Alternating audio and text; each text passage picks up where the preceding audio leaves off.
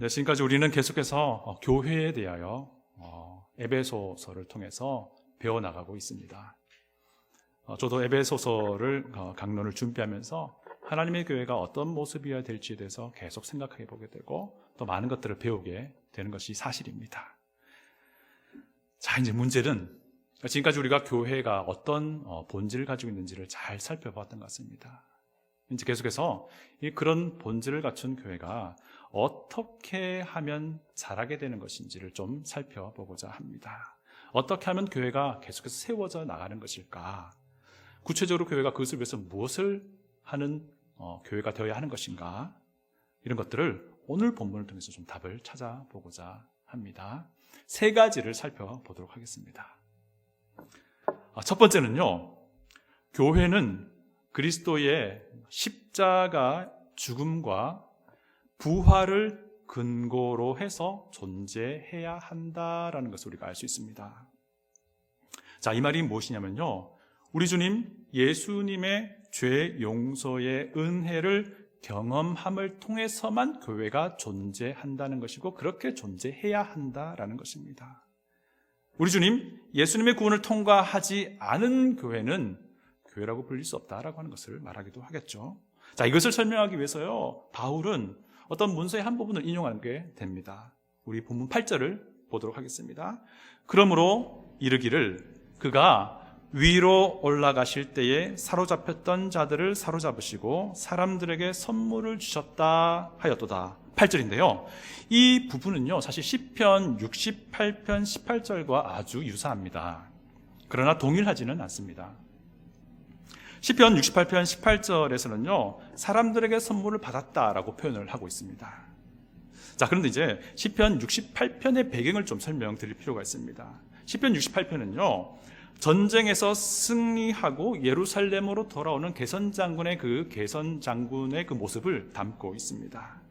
전쟁에서 승리한 장수가요, 맨 앞에 서서 예루살렘으로 돌아옵니다. 그리고 함께 전쟁에 참여했던 군인들이 뒤를 따르고요, 그리고 전쟁에서 승리했으니까 포로들도 이끌어오는 것을 보게 됩니다. 자, 그런데 이들이 실제로 향하는 곳은 예루살렘의 성전을 향해 가는 겁니다. 이들이 하나님이 임재하시는 장소인 성전을 향해 가서 그 성전에서 감사의 희생제물을 드리는 것입니다. 이때에 그들이 승리했기 때문에 전리품도 가져왔을 것이고요, 그 전리품도 하나님께 드립니다. 자, 이것을 선물이라고 불렸다고 합니다. 그리고 이후에 그 전리품의 또 나머지는 함께 전쟁에 참여했던 군인들에게 나누어 주게 됩니다. 이 전리품이라고 하는 것은요, 적군에게서 얻은 것이죠. 적군에게서 받은 것입니다. 또 이 전리품은 또한 하나님께 선물로 주는 것일 수도 있고요, 또 이 전리품의 나머지 부분들은 함께 전쟁에 참여했던 군인들에게 나눠 주는 그런 것이었습니다. 자, 바울은요, 이 시편 68편 전체의 이미지를 지금 가져오고 싶어 하는 것입니다. 그래서 시편 68편 18절의 일부분을 수정해서 인용을 하고 있는 것입니다. 자, 문제는 왜 그럼 바울은 시편 68편의 개선장군의 이미지를 지금 가져오고 있느냐 하는 것입니다. 바울이 도대체 무엇을 말하고자 하는 것일까요? 8절에서요, 그가 위로 올라가실 때에 사로잡혔던 자들을 사로잡고 사람들에게 선물을 주셨다라고 합니다. 핵심은요, 위로 올라가신 그가 누구인가, 사로잡힌 자를 사로잡아서 가신 분이 누구신가, 그리고 사람들에게 선물을 주신 그분이 누구신가라고 하는 것이겠죠.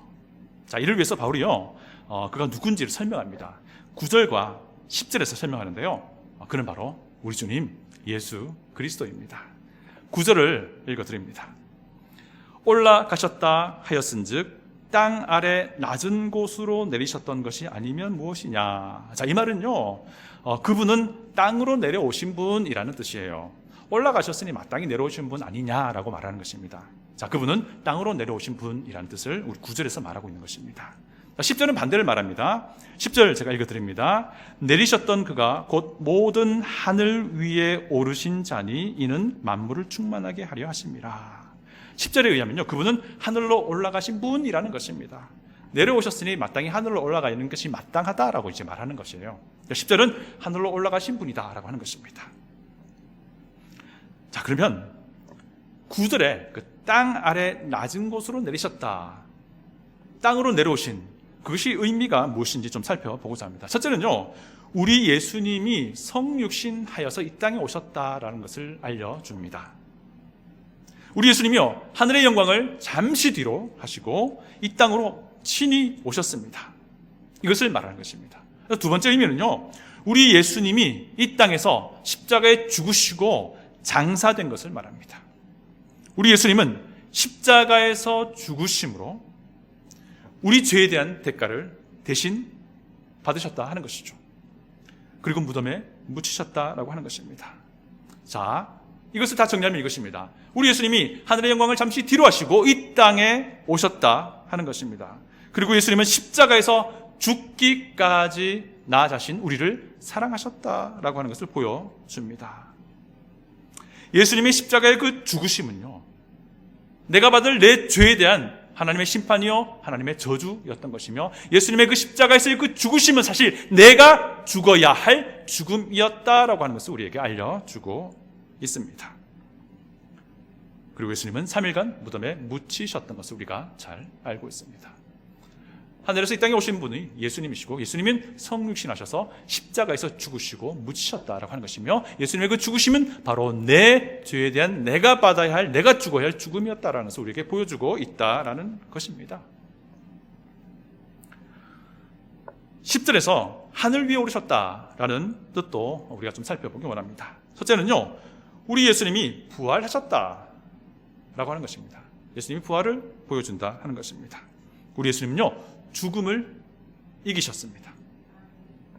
그리고 우리 예수님은 죄의 권세도 이기셨습니다. 죄의 대가는 사망인데 그 사망을 이기셨으니 죄의 권세도 이기신 것입니다. 우리 예수님의 부활이 이것을 보여준다라는 것이죠. 또한 예수님의 부활은요, 사탄에 대한 승리의 선포였습니다. 부활하신 우리 예수님이 또한 하늘로 올라가신 것도 사실입니다. 바로 이것을 하늘 위에 오르셨다라는 의미 안에 다 포함하고 있는 것입니다. 부활하신 예수님은 원래 계시던 곳으로 회복되어 올라가신 것입니다. 부활하신 예수님이 원래의 하늘의 영광을 찾으셨다라고 하는 것입니다. 그러니까 이 땅에 오시고 하늘에 오르신 그 예수님을 말하고 있다는 것이죠. 자, 그래서 위로 올라가신 그분은 예수님이시며, 사로잡힌 자들을 사로잡은 분도 예수님이라는 뜻이고요, 그리고 사람들에게 선물을 주신 분도 바로 우리 예수님이다라는 것입니다. 자, 그럼요, 이를 시편 68편의 그 그림 이미지를 연결해 보면 이런 그림이 나옵니다. 우리 주님 예수 그리스도께서 승리의 개선 장군이라는 것입니다. 그런데 우리 주님 예수님은요, 십자가에서 죽음과 부활을 통하여 죄에 대하여 사탄에 대하여 승리하셨다 하는 것입니다. 그리스도께서 십자가에서의 죽음과 부활을 통하여 사망에 대하여 승리하셨다라고 하는 것입니다. 그리고 예수님은 누구든지 예수님을 구주로 믿는 이들을 죄 용서하심으로써 승리를 선포하셨다라고 하는 것이고, 그들에게도 승리를 주셨다라고 하는 것입니다.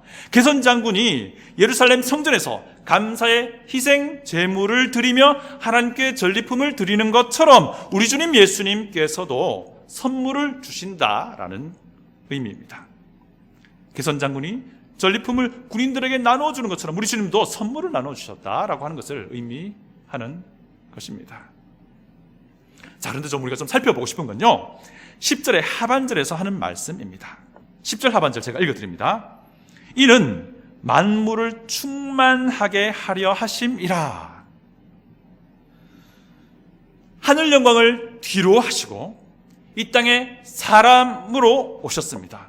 그리고 십자가에서 죽으셨습니다. 그리고 묻히셨습니다. 그리고 부활하셨습니다. 그리고 하늘에 올라가셨습니다. 바로 이 예수님은 이것을 통해서 만물을 충만하게 하신다라는 것입니다. 만물을 충만하게 하신다라는 의미가 에베소서에서 어떻게 연결되는지 우리가 많이 살펴봤습니다.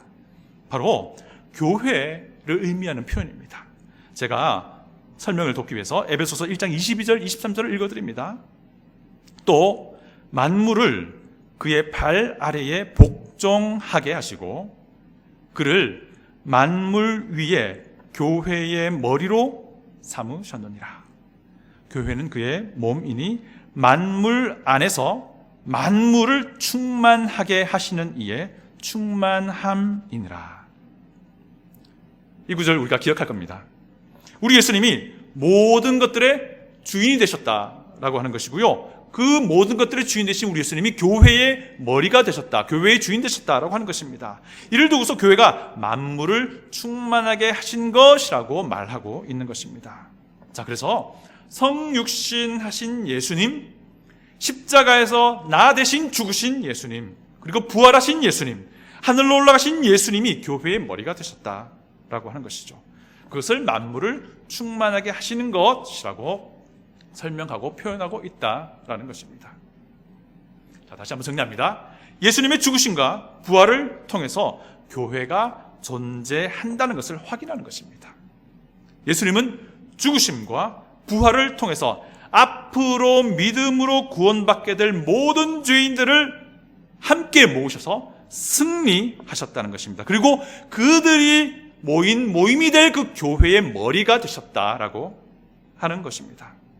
교회는 예수 그리스도의 구원 사역의 은혜를 입은, 예수 그리스도의 구원 사역의 수혜를 입은, 예수 그리스도의 구원 사역의 베네핏을 입은 자들이 모임이어야 한다라는 것입니다. 교회는 예수 그리스도를 구주로 믿는 이들이 모임이라는 것을 우리에게 분명하게 알려주고 있다는 것입니다. 교회는 그리스도의 십자가의 은혜를 얻은 자들이 모인 그것을 기초로 해서 존재한다라는 것입니다. 교회는 우리 주님 성육신하신 예수님을 근거해서 존재해야 합니다. 교회는 십자가에서 내가 죽어야 할 죽음을 대신 죽으신 예수 그리스도를 근거해서 존재해야만 합니다. 교회는 죽음을 이기시고 부활하신 우리 주님 예수 그리스도, 그분을 기초로 해서 존재해야 합니다. 교회는 이미 승리하시고 하늘로 올라가신 예수 그리스도, 그분을 근거로 해서 존재해야 한다는 것입니다. 죽으시고 부활하신 예수님이 없는 교회는 상상할 수 없다라는 것을 말해주고 있습니다. 생수 교회는 우리 주님 그리스도에 근거하여 존재하고 있습니까? 이 질문을 다시 하면 이렇습니다. 여러분 각자는 그리스도 예수님의 죽음과 부활에 근거하여 존재하고 있습니까? 여러분 각자가 그리스도의 십자가에서의 그 죄 용서에 근거해서 존재할 때 우리 생수교회는 그리스도에 근거하여 존재하게 된다는 것입니다. 그래서요, 교회가 십자가를 아무리 강조해도 지나치지 않는 이유가 여기 있는 것입니다. 교회가 복음을 아무리 강조해도 지나치지 않는 이유가 여기 있습니다. 교회가 아무리 구원을 강조해도 지나치지 않는 이유가 여기 있습니다. 교회가 아무리 각 개인의 영혼의 문제를 살피고자 한다 하더라도 그것이 지나치지 않는 이유가 여기에 있는 것입니다. 나는 그리스도 안에 있는지 늘 스스로 돌아볼 필요가 있는 것입니다. 그리고 내 옆에 있는 사람이 정말 그리스도 안에 있는지를 서로 돌아보아야만 한다는 것입니다. 우리 목장에 속한 내 목원들이 과연 그리스도 안에 있는지 서로 돌아볼 수 있어야 합니다. 서로가 서로를 돌아보되 과연 그 영혼이 우리 주님 예수님의 십자가의 죽으심과 부활에 근거하여 존재하는지를 우리가 늘 돌보아야 한다는 것입니다. 자, 그래서요, 많은 교회들에서 이것을 위해서요, 공개적으로 개인의 구원에 대한 간증을 서로 나눕니다. 교회 앞에서 나의 구원이 어떻게 이루어진 것이고 내가 믿는 예수님이 어떤 분인지를 기쁨으로 간증할 때에 그것을 간증하는 이나 그것을 듣는 이나 너무나도 감사하고 기뻐하게 됩니다. 아, 나에게 역사하신 예수님, 나를 위해 대신 십자가에 죽으셨다고 부활하신 그 예수님이 저 사람에게도 동일하게 임했구나 라는 것을 서로 확인하며 기뻐하며 감격하며 즐거워하는 것이죠. 저는요, 기도합니다. 하나님이 우리 교회에도 기회를 허락하신다면요, 우리 교회에서도 모두가 이곳 앞에 서서 자신의 구원의 간증, 자신이 믿는 예수님에 대한 믿음을 서로 이야기할 수 있길 바랍니다. 그렇게 될 때 우리 안에 정말 동일한 예수님을 향한 믿음을 서로 확인할 수 있고, 그로 인해서 우리에게 기쁨과 감격이 주어질 것입니다. 두 번째는요, 교회의 회원 모두가 온전하게 되어야 합니다. 7절로 그 10절까지 우리는 그리스도의 십자가의 죽음과 부활을 통해서 교회가 존재해야 한다라는 것을 살펴보았습니다. 또한 십자가의 죽음과 부활을 통하여 승리하신 우리 주님 예수님께서 선물을 주셨다라고 한 것을 우리가 기억합니다. 자, 이 선물은요, 교회를 위해서 주신 것이고요, 또 교회에게 주신 것입니다. 11절에서 우리가 그 선물이 무엇인지 알 수 있습니다. 제가 11절 읽어 드립니다. 그가 어떤 사람은 사도로, 어떤 사람은 선지자로, 어떤 사람은 복음 전하는 자로, 어떤 사람은 목사와 교사로 삼으셨으니. 승리하신 우리 주님이 교회에게 주신 선물은 그 당시 교회를 시작하고 또 교회를 세워나가는 데 필요한 역할들이었습니다. 사도라는 역할을 선물로 주셨고요, 선지자라는 역할도 주셨습니다. 그리고 복음 전하는 복음 전도자의 역할도 주셨습니다. 끝으로 목사와 교사라는 역할도 허락해 주셨습니다. 좀 이 부분에 대해서 좀 설명을 드려야 될 필요가 있는 것 같습니다. 사도와 선지자는 이제 더 이상은 존재하지 않는 역할입니다. 사도는 예수님의 부활을 직접 목격한 제자들과 바울을 포함하는 이들을 말합니다. 이들은요, 교회가 시작되고 성경이 완성되기까지 교회의 기초를 세워나갔던 사람입니다.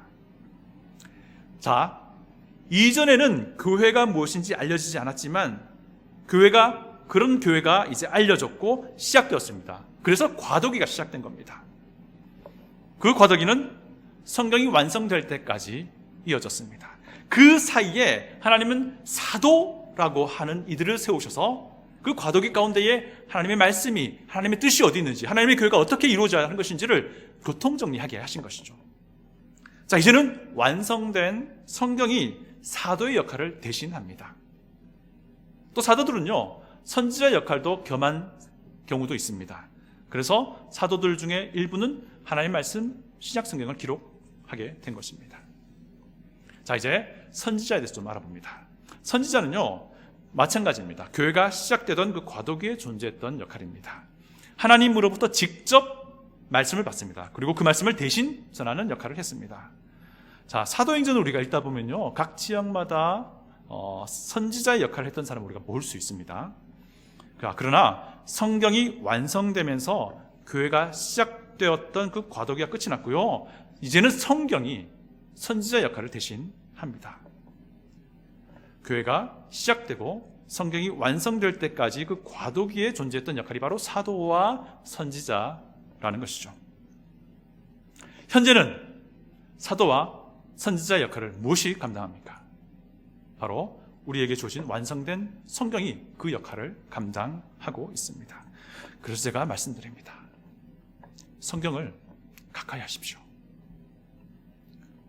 성경을 알기 위해서 모든 것을 희생할 수 있는 사람이 되면 좋겠습니다.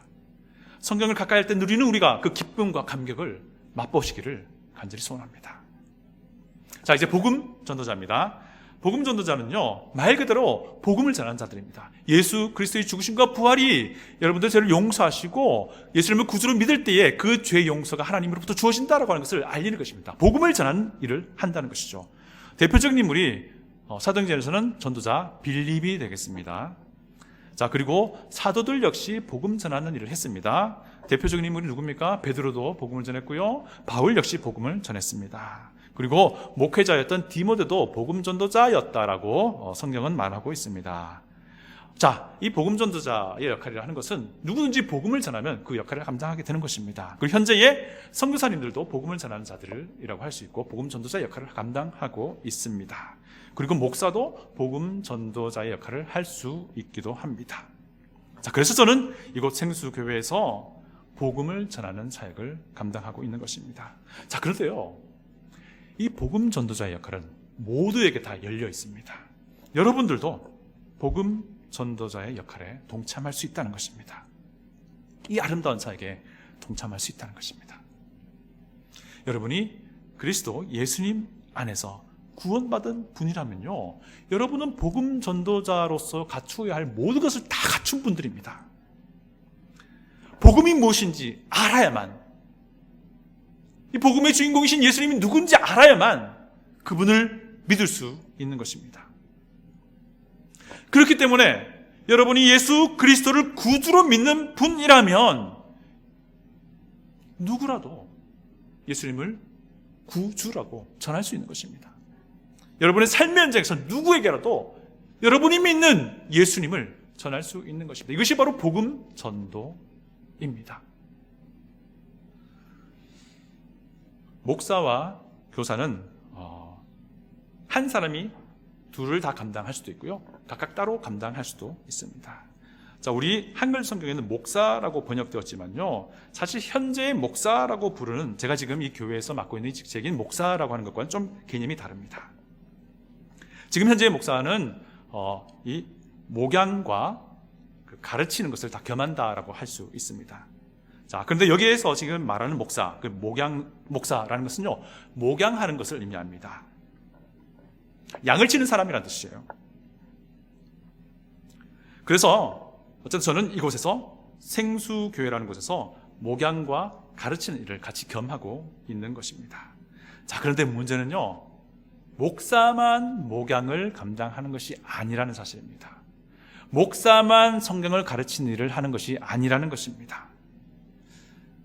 여러분들이 우리의 목자장이신 예수님을 구주로 믿으시고 목자장이신 예수님을 닮아가는 과정에 있다면 여러분들도 목양의 사역을 분담해서 나눌 수 있다는 것입니다.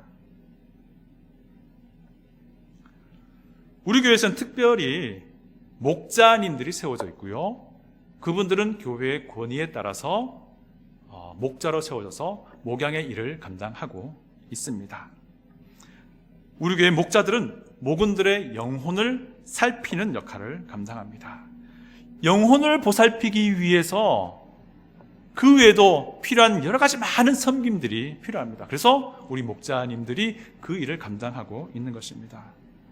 목자님, 힘내십시오. 우리 하나님께서 반드시 기억하실 것입니다. 자, 그런데요, 목자로 세워지지 않았더라도 누구든지 목양의 역할을 나누어서 감당할 수 있습니다. 왜냐하면요, 과연 영혼들이 우리 예수님 안에 있는지를 확인하고 그들을 도와주는 일이기 때문에, 영혼들이 예수님 안에서 하나님과 깊이 있는 관계로 나아갈 수 있도록 도와주는 일이 바로 목양이기 때문에 누구든지 할 수 있습니다.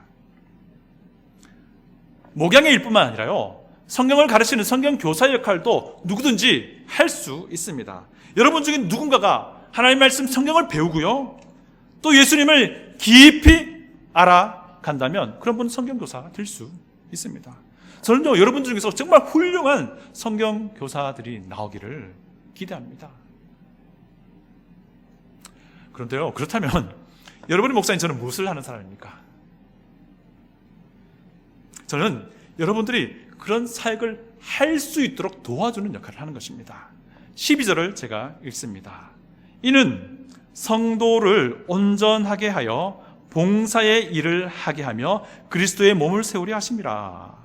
자, 생수교회 목사는요, 여러분들이 온전하게 되도록 돕는 일을 하는 것입니다. 그런데 여기 12절 보니까 성도를 온전하게 하여 무엇을 하기 위함입니까? 그 목적은요, 봉사의 일을 하도록 하기 위함인 겁니다. 여러분 성도들을 온전하게 되도록 도와드려서 여러분들이 그 봉사의 일을 할 수 있도록 도와주는 것이라는 겁니다. 자, 그런데 문제는 이 봉사의 일이 과연 무엇일까 하는 것입니다. 봉사의 일을 하면요, 1차적으로 11절에 제시된 그 역할들을 말하는 것입니다.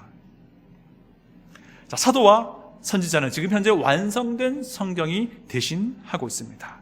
그래서 성경을 근거로 해서 예수 그리스도의 죽으심과 부활의 복음을 전하는 그 복음 전도자의 역할을, 성경을 근거로 해서 영혼들을 보살피는 그 목양의 역할을, 성경을 근거로 해서 하나님의 말씀 성경을 가르치는 교사의 역할을 하도록 온전하게 도와주는 일을 지금 현재 목사가 감당하고 있다라고 하면 됩니다.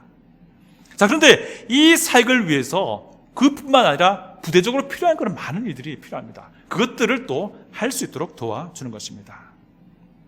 교회 회원들이 온전하게 되어서 사역을 하게 될 때에 그것이 교회가 세워지는 것이라고 12절이 말해주고 있다는 것입니다. 자, 이 과정에 논리적인 순서가 있습니다. 시간적인 순서라기보다는요, 논리적인 순서입니다. 무엇이냐면요, 성도, 온전함, 봉사라는 것입니다. 제일 먼저 성도가 되어야 합니다. 여러분, 성도라는 용어는요, 굉장히 성경적인 용어예요. 뭐냐면요, 단순하게 교회를 출석하는 이들을 부르는 말이 아닙니다. 성도라는 용어는요, 예수 그리스도를 믿는 믿음으로 죄 용서받고 하나님의 구원의 은혜를 받은 사람들을 일컫는 말입니다. 먼저 성도가 되어야 하기 때문에 복음 전도자의 역할이 필요한 것입니다. 그리고 그 다음에 성도가 온전하게 되어야 합니다. 그런데 문제는요, 어떻게 하면 성도가 온전하게 될까 하는 겁니다. 자, 이것을 13절이 잘 설명해 주고 있습니다. 13절 제가 읽어드립니다. 우리가 다 하나님의 아들을 믿는 것과 아는 일에 하나가 되어 온전한 사람을 이루어 그리스도의 장성한 분량이 충만한 데까지 이르리니. 하나님의 아들을 믿는 것, 그리고 하나님의 아들을 아는 일, 이것을 말하고 있습니다. 예수 그리스도를 믿는 믿음이 먼저 확실하게 되어야 한다는 것입니다. 동시에 예수 그리스도를 알아가야 한다라는 것입니다. 그런데 각자가 믿는 예수 그리스도, 각자가 알아가는 예수 그리스도가 동일해야 한다는 것입니다. 사람마다 각자가 믿는 예수님이, 각자가 알아가는 예수님이 살짝 뉘앙스가 다른 경우가 있습니다. 어떻게 이것을 하나로 우리가 통일해 나갈 수 있을까요? 그것은 바로 성경입니다. 사도와 선지자의 역할을 대신하는 완성된 성경 말씀으로 우리는 우리의 믿음과 우리를 온전하게 하는 모든 과정을 하나로 묶어나갈 수 있다는 것입니다. 그래서 여러분의 목사는 설교 시간에 성경을 강론하는 것입니다. 그래서 여러분의 목사는 또 다른 시간을 내어서 성경을 가르치게 되는 것입니다. 그러면 동시에 교회 회원들은 설교 시간에 하나님의 말씀 성경을 배우게 되는 것이고 또 성경 공부 시간에 성경을 배우게 되는 것입니다. 그 중에 좀 더 헌신적인 회원이 있다면 그는 개인적으로 더 성경을 공부할 것이고 저는 또한 그분들을 도와드리게 되는 것입니다. 우리는요, 각자가 성경을 배움으로써 또 성경을 가르침으로써 우리가 믿는 예수 그리스도를 더 알아갈 수 있습니다. 그리고 예수 그리스도를 더 알아가면 알아갈수록 우리는 예수님을 닮아갈 수 있습니다. 같은 그 예수님을. 그것이 온전해지는 것이라고 지금 성경이 우리에게 설명해 주고 있습니다.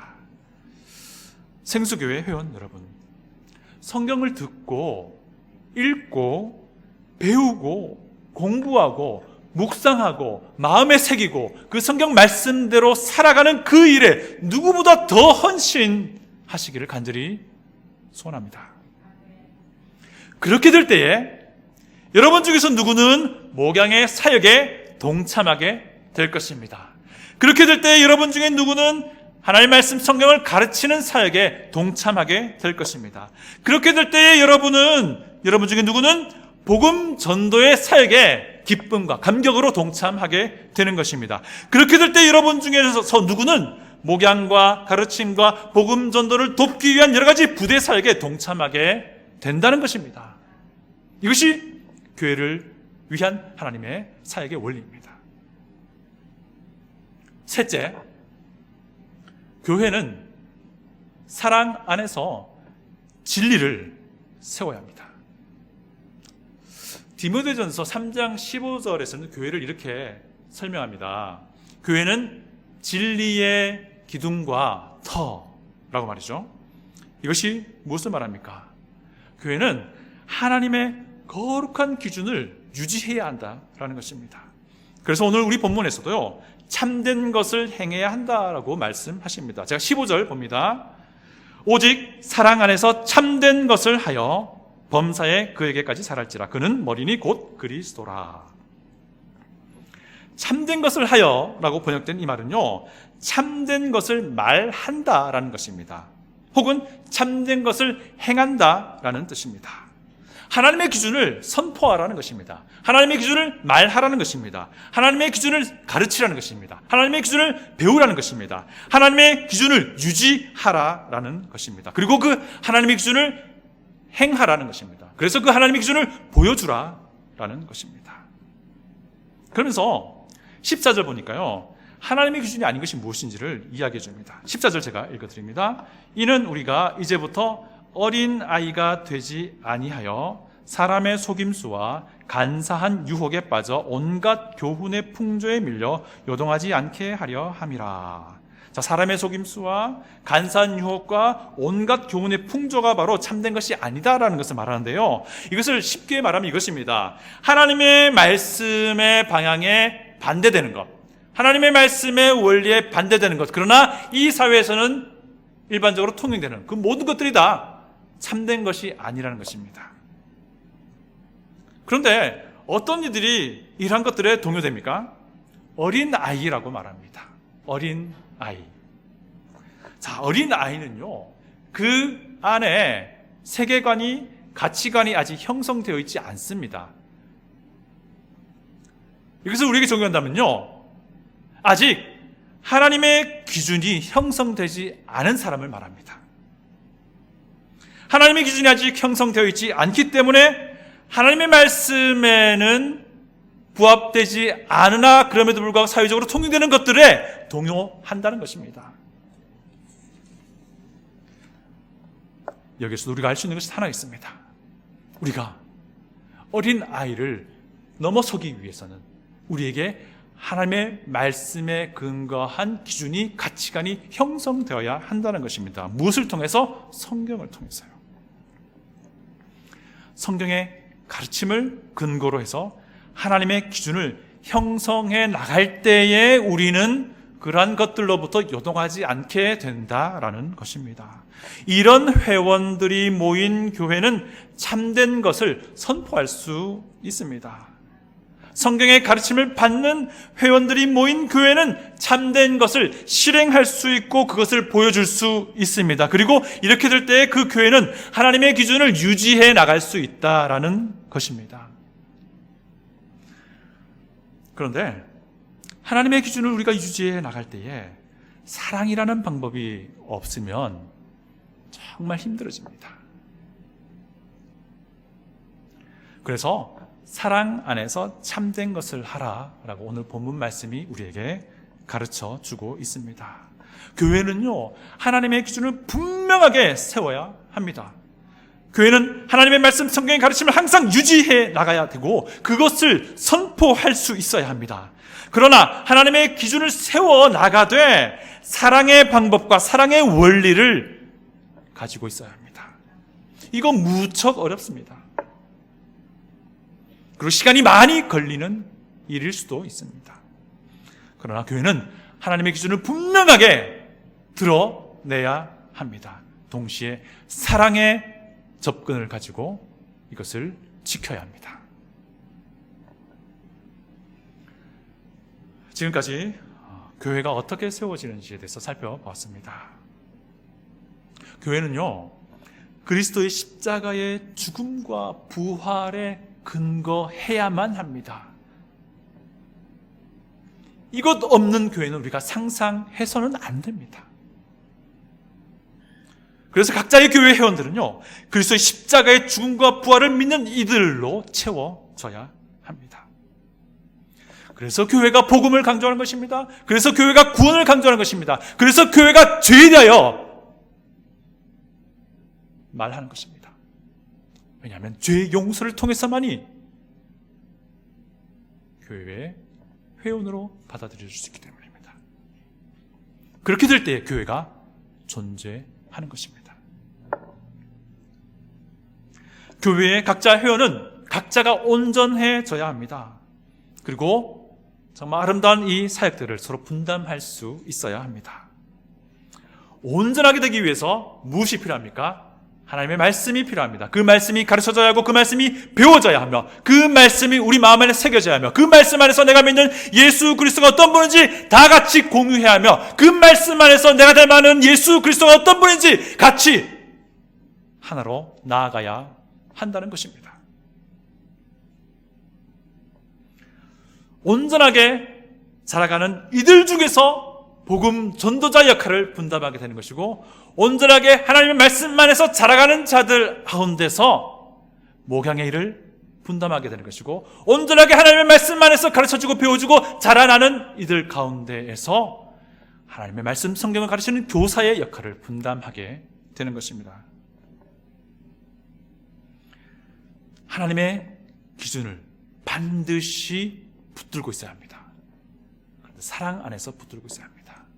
하나님의 기준이 우리에게 완전하게 형성되기 위해서 우리는 역시 하나님의 말씀 안에 있어야 합니다. 그 말씀 안에서 이 교회가 가져야 할 하나님의 진리와 하나님의 원리와 하나님의 기준을 형성해 나가야 할 것입니다. 그리고 그것을 사랑 안에서 분명하게 유지해야 할 것입니다. 성경 말씀이 우리 가운데, 이 교회 가운데 있어야 한다는 말입니다. 이것이 그리스도의 몸을 세워가는 것입니다. 이것이 그리스도의 몸이 자라나는 것입니다. 이렇게 될 때에 각 회원들이 서로 연결된다고 16절이 우리에게 알려주고 있습니다. 제가 16절 읽어드리겠습니다. 그에게서, 그는 예수님이십니다. 예수님에게서 온몸이 각 마디를 통하여 도움을 받음으로 연결되고 결합되어 각 지체의 분량대로 역사하여 그 몸을 자라게 하며 사랑 안에서 스스로 세우느니라. 예수님에게서부터, 십자가의 죽음과 부활을 통하여 승리하신 예수님에게서부터 시작되는 것이 교회입니다. 성경 말씀을 가르치고 배움으로써 우리가 예수님을 알아가고 우리가 믿는 예수님이 누구인지 더 확신해 나갈 때에 교회를 위해 주어진 하나님의 그 사역을 분담하여 동참할 수 있게 됩니다. 저는 여러분들 가운데에 정말 훌륭한 복음 전도자의 역할을 감당하는 분이 나오길 원합니다. 저는 여러분들 가운데 정말 위대한 목양의 일에 분담하는 이들이 나오길 원합니다. 저는 여러분들 가운데 정말 훌륭한 하나님의 말씀의 교사가 나오기를 저는 기대합니다. 교회가 성경 말씀에 근거하여서 하나님의 진리와 하나님의 참된 것이 무엇인지 형성해 나가기를 원합니다. 그러나 그 진리를 우리가 유지하며 나아가되 사랑 안에서 유지하기를 원합니다. 이렇게 될 때에 교회의 각 회원들은 우리 주님의 머리신 그 주님으로부터 공급받아서 각자가 서로 부드럽게 연결된다라는 것입니다. 이것이 교회가 세워져 나가는 것이고 이것이 교회가 자라 나가는 것임을 오늘 본문 말씀 우리에게 알려주고 있습니다. 저는요, 우리 생수교회가 이런 교회가 되기를 기대합니다. 저는 우리 생수교회가 정말 이런 교회가 되길 원합니다.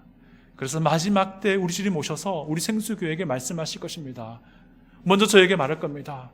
윤희야, 너는 이 생수교회의 목회자로서 무엇을 했느냐? 여러분들에게 말씀하실 겁니다. 누구야? 너는 생수교회에 속한 회원으로서 무엇을 했느냐? 우리가 그때 기쁨과 감사와 감격으로 대답하기 원합니다. 네 주님, 네 주님,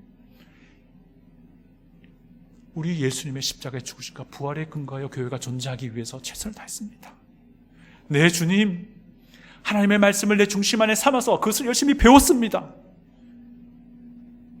그래서 우리가 믿는 예수님이 누구인지 더 깊이 알아갔습니다. 그래서 하나님께서 예수님을 통해서 우리에게 주신 귀한 사역을 서로 나누어서 이 교회를 위해 섬겼습니다.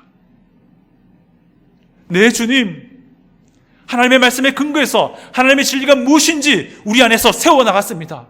그리고 그 진리를 유지하고자 최선을 다했습니다. 그러나 사랑 안에서 그 진리를 유지하고자 최선을 다했습니다 라고 우리가 주님께 말씀드릴 수 있기를 간절히 소원합니다. 다 같이 기도하겠습니다.